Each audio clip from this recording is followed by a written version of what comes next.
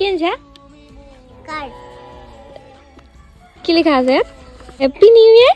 happy new year Chumbi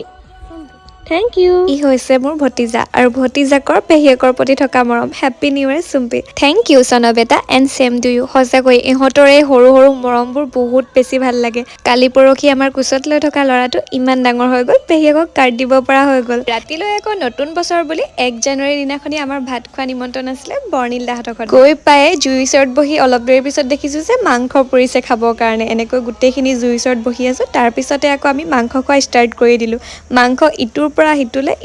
সিটোলে প্লেটখন ঘূৰাই ফুৰা হৈছে পুৰা মাংস খাই মেলি হোৱাৰ পিছত ভাত খাবলৈ বুলি মাতিলে ভাত খাব সোমাই গৈ দেখো যে হাঁহৰ মাংস আছে ভাত খাই মেলি হোৱাৰ পিছত ইংৰাজী নৱবৰ্ষৰ প্ৰথমটো উপহাৰ চাবলৈ গৈছো মানে মোৰ কাৰণে কেক ষ্টুডিঅ'ৰ ফালৰ পৰা এটা কেক পঠিয়াইছিলে কেকটো পাই মনটো ভাল লাগি গৈছে কাৰণ উপহাৰ বুলি ক'লে এনেও ভাল লাগে thank you so' much Duliajan cake studio' আজি ভিডিঅ'টো ইমানেই